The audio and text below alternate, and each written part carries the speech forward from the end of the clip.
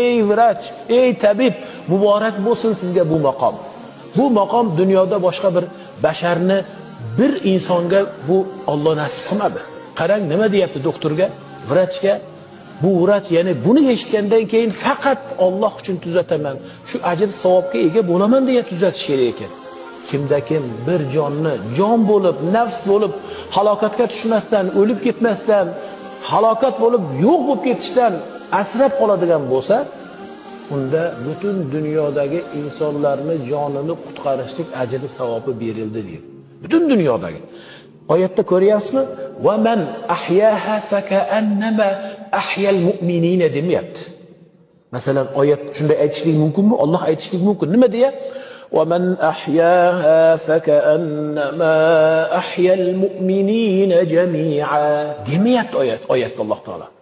Annasa deyapti. Butun insonlarni, ya'ni bir nafsni qutqargan doktorga Alloh mukofot beryapti, butun dunyodagi nafsni, butun dunyodagi insonlarga jon berishlik mukofotini beryapti.